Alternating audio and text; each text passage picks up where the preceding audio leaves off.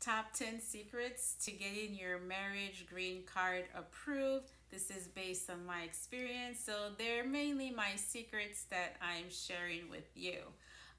Number one, so I get this question a lot. Hey, Rolande, how long do I have to be married in order to file for my spouse? Well, it really doesn't matter. If you have a valid marriage, you could get married in the morning and then file for your green card application in the afternoon. What normally is the problem is those couples that date for like a week or two and then they get married the next week or two and then they apply right away. They've only known each other for a month and now they're applying. It's a little suspicious. Immigration officers will really hone in on those type of application to see whether or not it's a fake marriage, right? However, if you've been dating your spouse for a while, you have a dating history. You've been dating for 6 months, a year, 10 years, like I did my spouse. Um, then you have a history of being together. You have a history of your relationship. And what's most important to prove in these applications and interviews for your green card, for your marriage green card, is love. Love, love, love. Do you have a real marriage? And when there's a dating history, of course, it's a lot easier to prove that yes, you have a real marriage. How do you prove it? Number one, how did you guys meet? Right? Journal that so that you both could remember the story. How did you guys first meet? Number two, your dating history, right? What did you guys like to do when you dated? You guys like to go to the movies, out to dinner, long walks on the beach, cookouts. What did you guys do together when you guys were dating? Number three, officers love, love, love this story, the engagement story. Who proposed to who? Where? When? How? How was the proposal? Was the other person surprised? Officers love the engagement story, so they're going to ask you questions about that. Number four, wedding planning, right? They know, especially for us women, they know that we just indulge and we love doing the wedding plan. What color was the wedding? Where was the wedding? Who was invited? How many people? What food? Who was the best man? The maid of honor? How did the wedding planning go? They're going to ask questions about this. And hey, did you guys travel together, right? Where did you guys go on your honeymoon, or do you guys vacation together? Those type of questions prove that you guys have a love history, a dating history. So if that's the kind of thing that, hey, you don't remember, I would highly recommend that you and your spouse just sit together and just journal your relationship together so that both you guys remember the same dating history for one another. This way you guys will have the same responses when these type of questions are asked, because they will be asked. Number two, start collecting documents together. Documents with both names on there. Documents such as your home lease, or if you have a mortgage, your mortgage. Be sure that both names are on these documents. Any type of utility bill, again, both names are on this document. Insurance, health insurance, car insurance, again, both names are on these documents. Bank accounts, you guys have savings or check-ins together, again, both names are on these bank accounts. Notice both names. Any document with just one name will not work. All documents that you guys provide to prove the relationship, to prove your togetherness, must have both names on there. So start collecting those documents now. Number three, your finances, financial organization. You're going to have to prove that you could sponsor your spouse. So, what documents do you need? You need your tax return. I would say about 3 years of your tax return. And if you're married within those 3 years, make sure that you're filing married, not filing single or separated. So, your tax return to prove that you have sufficient financial capability to file for your spouse. Bank account, your bank statements is one. Employment letter, your paycheck stub. You'll need at least 3 to 6 months of your paycheck stubs. And if you have any investment accounts, you need copies of your investment accounts. All these are your financials to prove, again, that you are financially capable of sponsoring your spouse. Number four, my favorite part, photos, photos, photos, photos. Yes, officers love your photos, right? And not fake photos, not stage photos of the husband lying on the bed without a t-shirt and the lady is like fake kissing him with one eye open.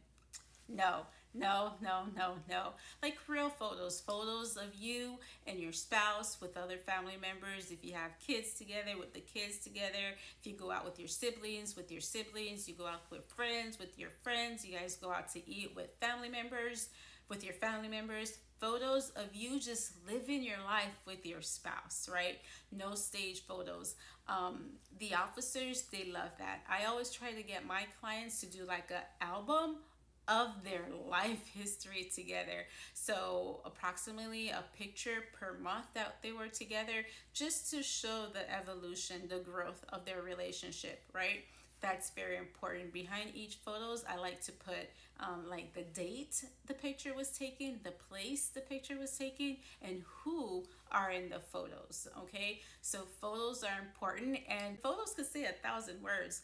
Photos speak way louder than words. So, where you could probably be nervous or shy to talk about your relationship, the photo album will just scream. They'll scream out your relationship. So, if you're always like cuddling with your hubby, in the photos, or the way you kind of just stare or just long for your hubby in the pictures, or your spouse, then the picture will show that. So photos are very, very good. One of the strongest evidence to show that you have a strong, or what immigration call a bona fide marriage. So if you don't have photo albums, if you don't like taking pictures, I would say start now. Start. Number five, it goes along with photos, and it's right here with the age that we live in, is social media. So if you have a social media, make sure it is your spouse that you are with on your social media, in your social media presence, right? You don't want to show up to an interview and you have some other chick or some other guy in your arms, and then you show up with someone completely different. Officers will check your social media. I've told you guys this before. Believe me, they will. So, photos in your social media, make sure it is your spouse. They'll read comments about your photos to see if your relationship is true. They're saying, hey, you and your wife look good, or happy anniversary, or whatever. They will read those comments. So, make sure that your social media is clean, and make sure that the spouse that you go to the interview with is the spouse that's on your social media. Number six, living arrangement. Man, that is a big one. Make sure that, first of all, you guys live together. Now, can you guys live apart? Yes, but that's one of the red flags. If you guys live apart, you're going to need a good reason. Why do you live away from your spouse? A good reason, maybe, hey, he's out in the army, he's in service, or he's out in school, and I also go to school, but go to school in a different state. You're going to have a good reason why you guys do not stay together. So definitely stay with your spouse. Married couples live with one another, so live with your spouse. Make sure that both of you guys have mail coming to the same address. If you have your driver's license IDs with your address, make sure that the addresses on your IDs and driver's license are the same address with one another that you guys claim that you live at. Make sure you know the layout of your house, because you will get asked questions about your house. They'll ask you like the formatting of your house, the color of your kitchen, whether or not you enjoy your third bedroom. It would be strange if you're like, yes, I love my third bedroom, it's blue, power blue, and then they ask your spouse, hey, how's the third bedroom? And your spouse is like, well, we don't have a third bedroom. Problem. Big problem. So make sure you guys know your house, know the layout of your house, and they'll ask random questions too, like, where does your husband put his socks in the house, right? In the drawer in the bedroom? I don't know. You're gonna have to know, and your spouse is going to have the exact same response that you do. So know your house, know the layout of your house, know everything about your home. And again, it's very important that you guys live in the same home together. Number seven, your community. And the reason why your community is important and your community involvement is important is because the officers, they really want to know whether or not you have a shared life together. So they want to know whether or not you guys go to church. Do you guys go to church together? The different organizations that you guys are part of. Are you guys part of a gym together? They want to know about your friends, and a lot of times you're going to need at least two friends to write affidavit about your relationship. Friends that knew you before and after the marriage. So right, so they could testify as to your relationship. The officers will want to know about your shared hobbies. Do you guys go bicycling together? That kind of stuff. So your community is important again because they want to know whether or not you have a shared life together. Number eight, this is not a huge one, but if you're doing consular processing, is very important, and this is your communication history. What I mean by that is if your spouse is in a different country, they want to know, hey, how do you guys communicate, right? How do you guys keep the flame flaming, right? Do you guys text? If you guys do, we're going to need copies of that. Do you guys communicate through WhatsApp? Do you guys communicate through emails? Do you guys send each other love letters? Remember those love letters? Oh my goodness. I remember I used to get love letters like all the time from my now hubby. But yes, do you guys write love letters to one another? Any type of communication. You guys talk on the phone a lot, like your phone bill will show that. Anything that will prove that, hey, you are still in communication with your spouse, even though your spouse is in a different country. Okay, you're here waiting for your spouse, longing for your spouse, sleeping over the phone because you're talking, communicating with your spouse. So any evidence of those communications will help your case. Number nine, this is a big one. Your interview. Prepare. One way that I highly recommend that you prepare for your interview is to go through your I-130 and your I-485. Go through it with your spouse like over and over and over till you just memorize question answers, because one of the things that the officers will do is go over those applications with you during your interview. And the quicker that you know the answers and the answers are the same with one another with the spouse, then the quicker that interview will go. So it's important. It's important that you go and review those and review your history together, your love history, your dating history, everything that I spoke about previously. Make sure that you guys are on the same page with the same history, because that is the bulk of your interview. Again, the officers want to see how you guys interact with one another, how you guys answer the question with one another. Now, if the officers believe that, hey, this may not be a real marriage, what the officers may do, and you do not want them to do this, is separate you two, right? Hopefully, if they separate you two, it's not a bad thing. And the reason why I'm saying hopefully it's not a bad thing, that you guys will still have the same answers. But if they separate you two and you guys have different answers, like, hey, what color is your bedroom? Wife says black, husband says white. No. Something is wrong with this picture. So don't give them a reason to separate you two. Make sure that you guys study your notes together, study your history together, have the proper paperwork, study your applications together, so you guys will have the same responses. Quickly, things to know for your interviews. Make sure that you know your detailed story. Make sure you have a consistent timeline about your relationship. Make sure you know your house layout. Make sure you're familiar with your daily routine, each other's daily routine. If you guys have kids together, who's in charge of the kids, who's in charge of picking up the kids, making breakfast, etc.